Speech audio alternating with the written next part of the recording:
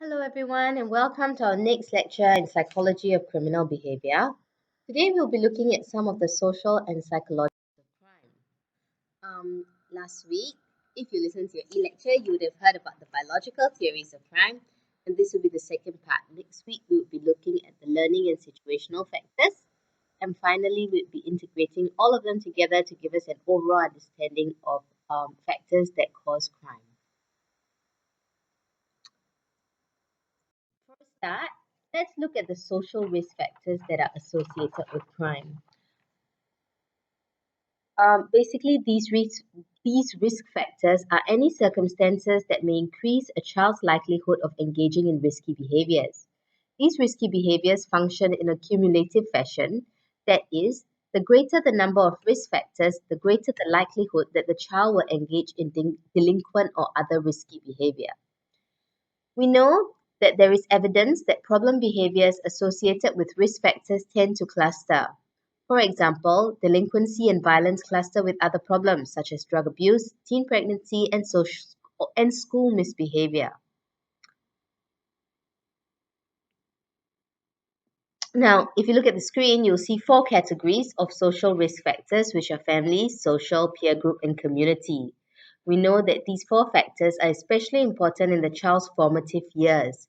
In fact, the experiences in their first 4 years of life is one of the greatest predictors of the development of delinquent or antisocial behaviors in later years. Let's examine this in more detail. First risk factor that comes to mind that is often highlighted in literature is actually parent criminality. Um, this includes basically whether the family history has a history of problem behavior. This could mean that the parent or siblings even have a history of being involved in delinquent or deviant behavior, whether or not they were charged for it. The problem with categorizing this solely as a social risk factor is that when we're looking at family or parent criminality, it's often difficult to separate the influences of nature from nurture. Another factor is poor intra-family relationship, and these could include subcomponents such as poor attachment or bonding with the parent. Um, you would know that poor attachment actually leads to, poor attachment in the early years can actually lead to a lot of other issues in relationships with other people as the child grows older. Poor attachment also usually means there is less attachment to the parent, and therefore the child may be more likely to be influenced by delinquent or deviant peers. Poor parent supervision or monitoring is another factor that can contribute to deviant behaviors. This is especially important if the child is already mixing with deviant peers.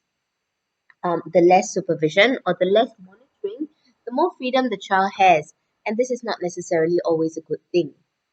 A high family conflict home is another factor.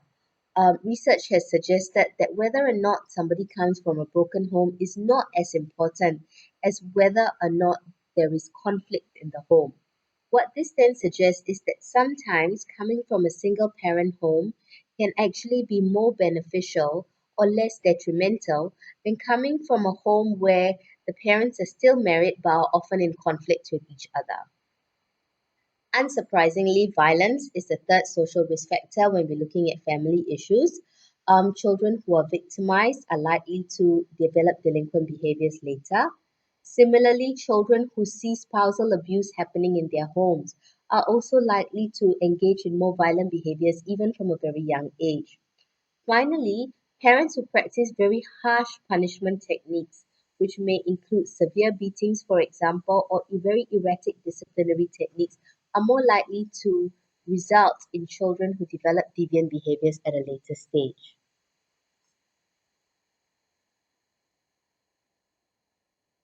As mentioned in the earlier slide, the type of attachment style could influence the development of deviant behavior or the lack of deviant behavior. Secure attachment is the type of attachment that is available when the child is confidently attached to the main caregiver. There is a trusting relationship and they know that they're people that they can depend on even as they grow older. An anxious or ambivalent attachment style is characterized by a relationship where the child is generally unsure on whether the person being the main caregiver can be depended on or not. And an avoidant attachment style is usually characterized by the absence of any relationship between the child and the caregiver. In terms of an offending behavior, research has suggested that avoidant attachment styles could result in sexual offending in the sense that the child grows up to be an offender who demonstrates or tries to replicate or find that missing attachment through sexual offending, in the sense that they want the sexual satisfaction or they want that relationship or the contact with the victim, but they don't want to form a relationship with a partner. Insecure attachment, on the other hand, um, could result in strong feelings of anxiety and rage in the child as he or her grows older, and this fear of loss and this feeling of or fear of separation results in very strong feelings of anxiety, which makes them react in a more violent way, which then usually makes them the offender in a violent domestic or spousal relationship. In the earlier slide, we also touched a little bit on the relationship between parenting styles and deviant behavior. We know, for example, through research, that authoritative and permissive parenting styles are most likely to result in deviant behaviors, in the sense that when very authoritative parents don't ignore even trivial behaviors and instead issue more commands and issue verbal threats, constantly show disapproval, but don't consistently back it up with non-violent or non-physical parenting. Instead, there is a lot of physical or harsh parenting methods used. Um, the message they're sending their children is that discipline, in a sense, is ineffective, and violence uh, is okay as a form of control. Permissive parents, on the other hand, may be very permissive or may allow a wide range of behaviors in their children. They are not attuned to what is problematic or what is a behavior that needs to be corrected in the child, and therefore they may allow the child to get away with much more than what they should be able to get away with without punishment. Having said this, I want to emphasize that not all children with an anxious or ambivalent or avoidant attachment style, and neither do all children who grow up in an authoritative or permissive environment end up being deviant or engaging in criminal behaviors. It is just that research suggests that children who come from such backgrounds are more likely to engage in deviant behaviors as they grow older. The third factor that we will look at here is actually poverty.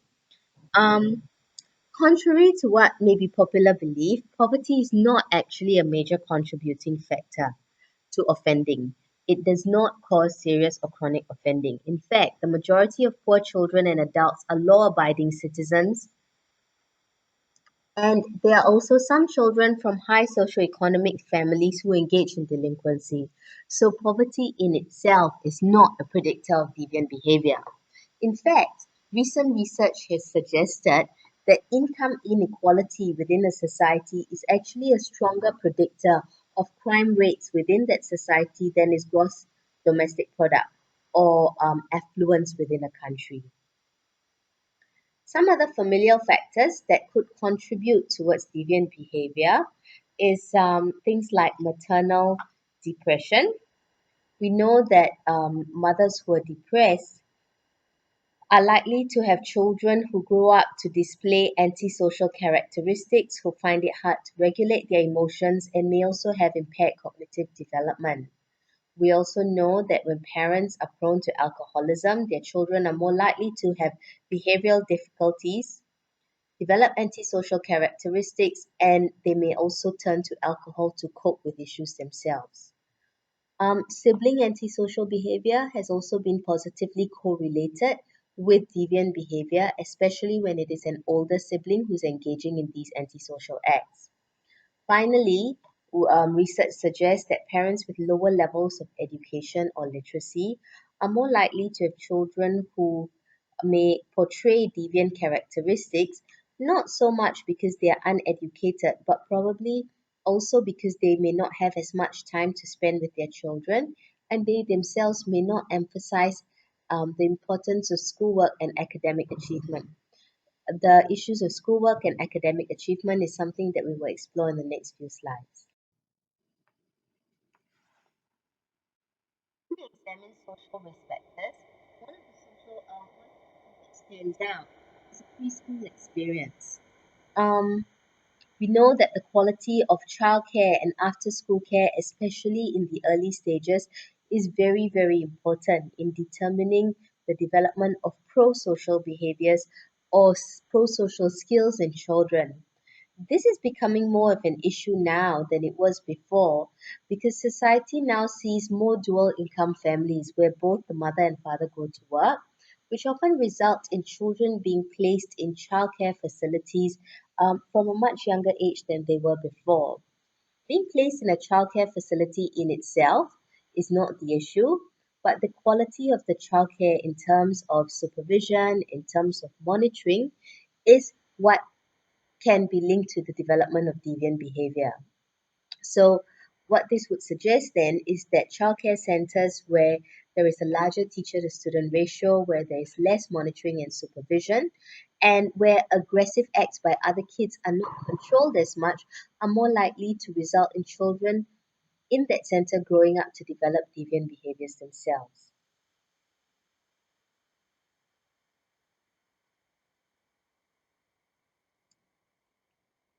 We know school failure is another predictor of the development of deviant behavior, specifically when we look at things like low academic achievement, reading levels or literacy levels that are lower than average, and being held back in school at an early age. Now, this third factor can be controversial because some earlier research has suggested that retaining a child back in the early grades is actually beneficial to the child as the child is allowed to strengthen their foundation. More recent research suggests this may not be true because holding a child back also removes them from their peers and is more likely to have them being rejected by their peers in their new classroom. Attitudes towards school, unsurprisingly, is another social risk factor in the sense that students who are often truant or are often absent from school are more likely to develop deviant behaviors because they find alternative ways of spending their time. It could also conversely be due to the fact that they are truant and frequently absent from school because they are already engaged in deviant behaviors and already interacting frequently with deviant peers. Those who are suspended from school or drop out from school are also more likely to engage in deviant behaviors. Finally, the education system in itself um, can promote pro-social skills or may result in more children engaging in deviant behaviors. For example, an inadequate school climate where the schools are poorly organized and not functioning well may result in deviant behaviors as children are not engaged in school activities. We also know that negative labeling by teachers, for example, you're stupid, you're naughty, you're bad at a very young age, is likely to result in a poor attitude towards school, which then contributes to higher rates of school failure, which then results in more involvement in delinquent behaviors. The same for children who are identified as learning disabled at an early age and are stereotyped to be learning disabled and treated as such without proper intervention.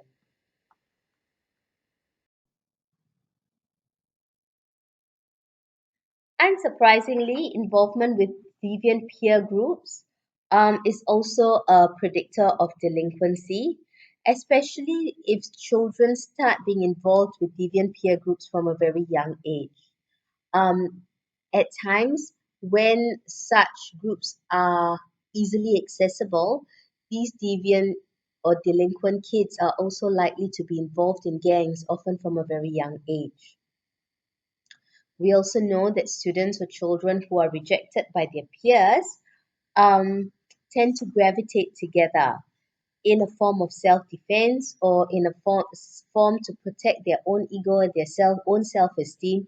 They may display more violent or aggressive behaviors, and they may encourage these behaviors in each other since they're already gravitating together. This could result in them being rejected by their peers even more, which then results in a cycle where they have an even more negative attitude towards school. They do even worse in school, and they're more likely to drop out in school and then engage it with in even more deviant behaviors. The community or the environment that the child grows up in could also predict involvement in deviant behaviors. For example, we know that communities where drugs and alcohol are freely accessible and firearms are freely available are more likely to have higher rates of drug and alcohol abuse and violent crimes. We also know that communities or societies where there are higher crime rates are more likely to have more youth involved in crime, and this is not surprising as it means that they have more access to deviant peers who may influence their behaviors, and there is also higher chance that their family members themselves are also involved in criminal behaviors. Finally, the cohesiveness of the community in the sense of the stability of the community, in the pro-social values of the community, also influence the development of deviant behaviors. Communities that are cohesive and promote more pro-social values are likely to have lower rates of crime and deviant behaviors. Individuals who are more attached to these communities are also less likely to be involved in deviant behaviors. Similarly, those who feel safe within their own neighborhoods are less likely to feel the need to defend themselves and get access to things like firearms.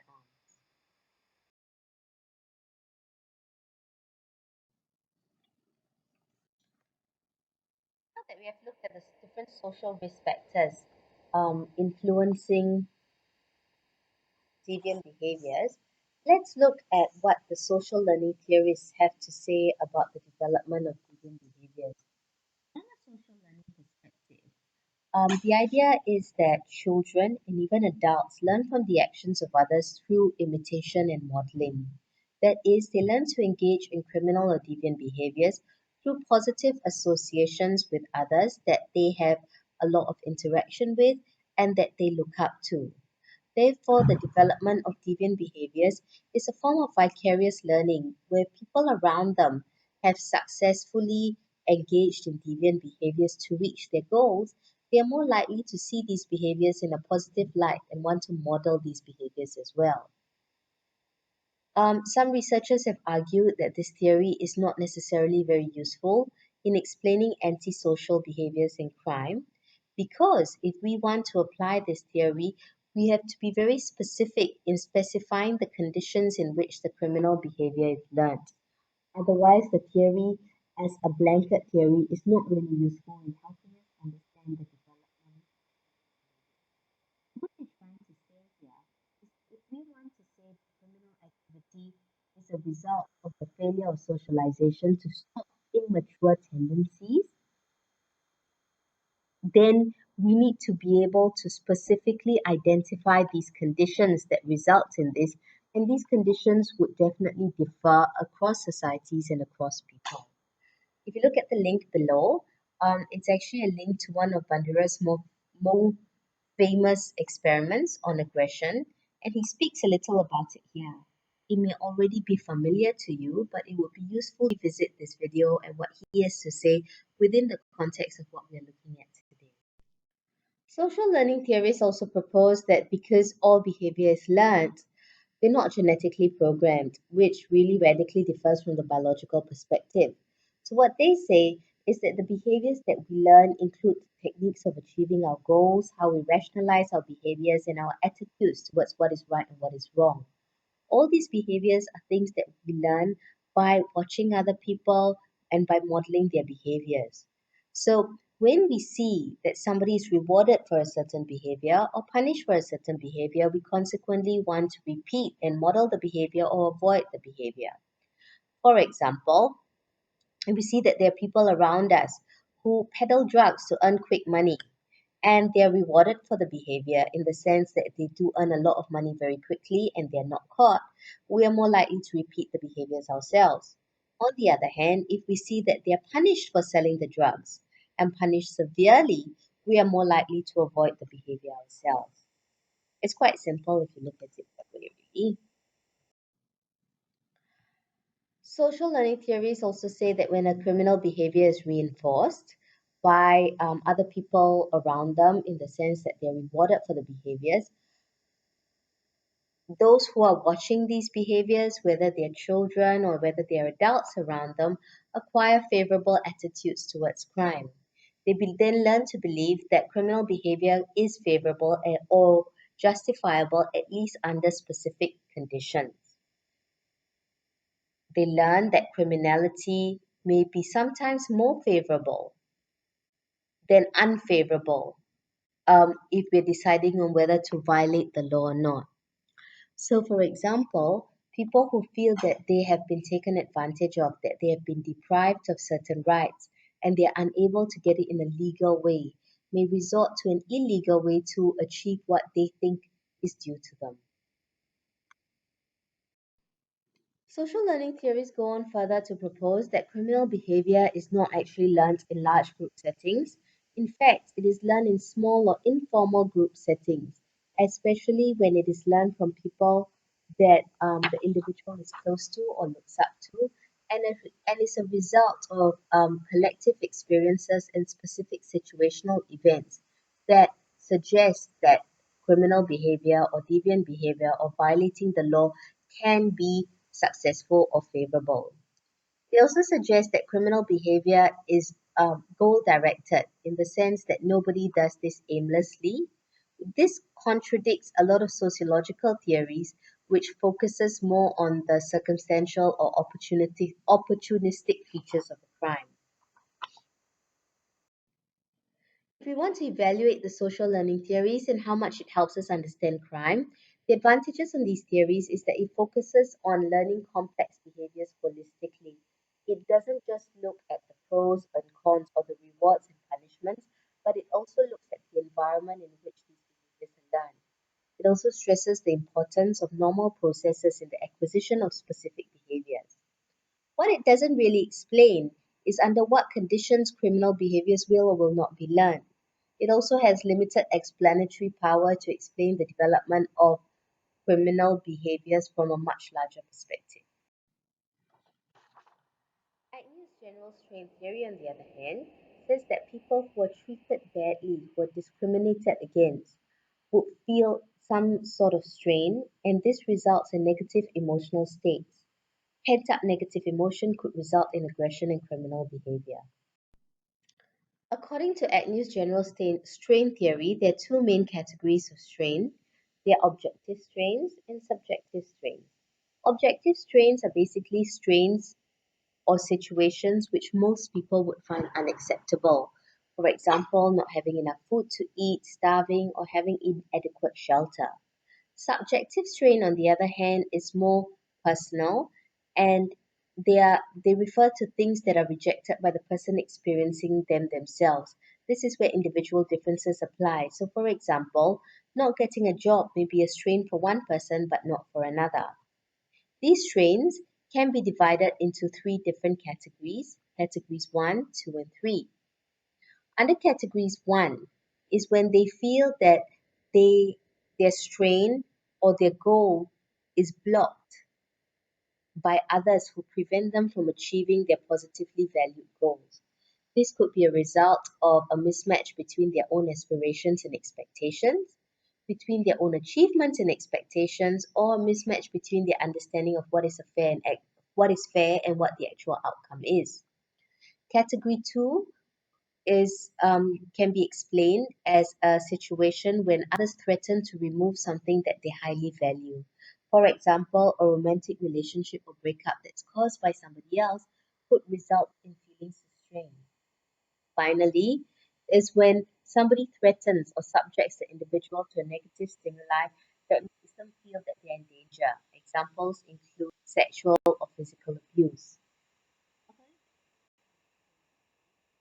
Any of these strains could result in delay certain strains are more likely to result in delinquency, and these strains could include child abuse and neglect, harsh or erratic parental discipline, homelessness, rejection by parents, or the failure to obtain goals easily through legitimate means, but goals are easily achieved through crime. To elaborate on this last example, this could mean somebody who has been unemployed for a long time and is unable to support himself legally because he can't secure a job. On the other hand, he's able to support himself if he robs a bank or robs a store or shoplifts and has enough to sustain himself by.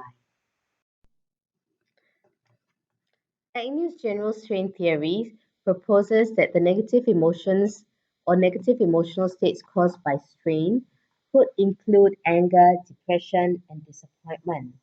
Amongst these three different emotional states, anger is most likely to result in crime as it is most likely to promote the desire to protect oneself or the desire for revenge. Delinquent behavior or criminal behavior can then be seen as a coping strategy to help them cope with these negative emotional states. He also suggests that deviancy is most likely response to strain when the strain is perceived as being unjust, is extreme either in terms of its impact or in duration. When a young person lacks social controls around him, whether it is through parental monitoring or school involvement, and when there are many models for deviant coping strategies that are easily accessible, especially to the young person. If you want to evaluate the contributions of deviant strain theories towards understanding the development of deviant behaviors, it does hold value because it has very strong empirical support. And it is fairly wide in scope in the sense it explains different aspects of deviant behavior, and it is relevant to forensic and criminal psychology as a discipline as it uses a psychological approach. However, the theory is still being developed, and all its strengths and weaknesses are not yet identified. In fact, Agnew himself has come up with a addition to his theory, where he says that it's also important to understand the stories or the cognitive scripts of the delinquents or criminals themselves for us to understand why they engage in certain behaviors. If you look at the last slide, one of the videos that I will refer you to here actually involves him talking about this in more detail. Let's move on to the psychological risks that could influence the development of deviant behaviors. Firstly, unsurprisingly, a lack of empathy, especially when displayed from a very young age, could result in more deviant behaviors. We know, for example, that psychopaths and violent offenders have very low levels of affective empathy. What this means is they are unable to empathize or identify with another person's pain. Instead, they are more likely to focus on their own needs and wants and gratifications. They're also less likely to have a conscience that could guide their behaviors.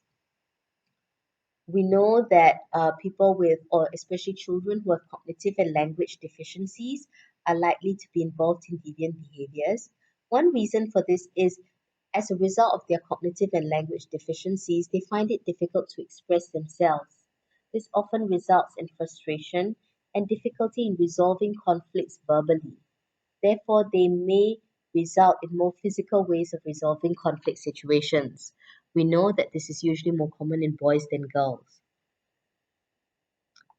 In terms of intelligence, there is an indirect causal relationship or an inverse relationship, which we will look at more in the next. In terms of IQ, we know that children who have lower levels of IQ between the ages of 8 to 10 years old have been linked to persistent criminal behavior throughout their life and also being convicted more often. This is especially true for violent offenders.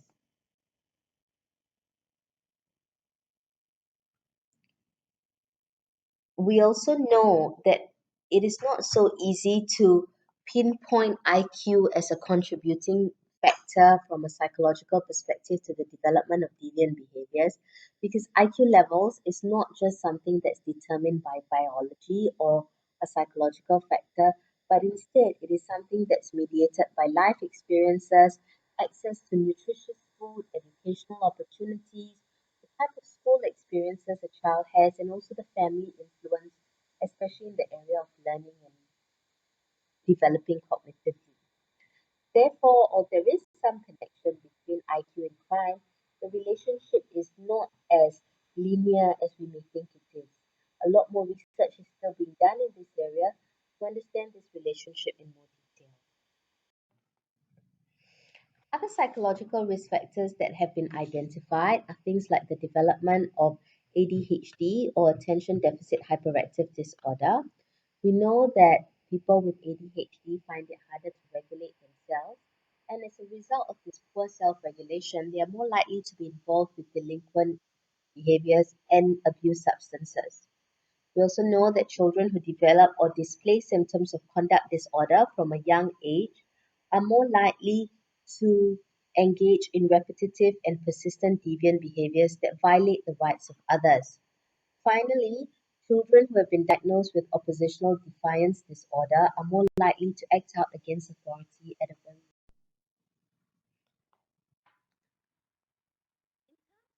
personality. Isaac and Isaac have proposed three major dimensions of personality, which are psychoticism, extroversion, and neuroticism. Their theory incorporates biological, sociological, and psychological factors when proposing these three different dimensions, and it aims to examine the causal problem here between personality and deviant behaviors. They have characterized certain personality traits as being more likely to display certain behaviors. For example, somebody who scores highly on psychoticism is more likely to display aggressive, cold, and impulsive behaviors. Somebody who scores high on extroversion is more likely to be sociable, assertive, and carefree, whereas somebody who scores high on neuroticism is more likely to display symptoms of being anxious, depressed, or irrational. They suggest that these different combinations of personality scores are linked to criminal behaviors at different stages of life. However, the main predictor or the main personality trait that's likely to predict deviant behaviors is higher levels of psychoticism. They also suggest um, has is likely to predict deviant behavior.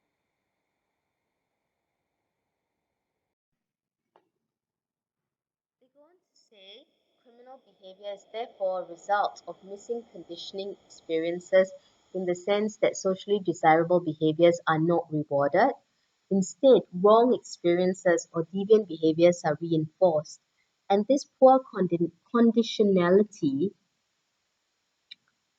is more likely to be displayed in antisocial people or people with antisocial behaviors and criminals. On this slide are some other